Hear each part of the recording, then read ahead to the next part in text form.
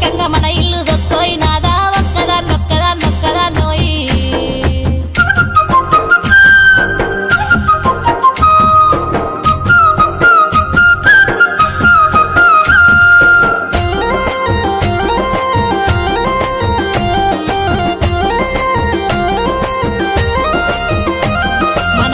పాస్తులన్నీ దారింట్లో పెడుతుంటే మన ఇల్లు చిన్నబోతున్నదే నాదా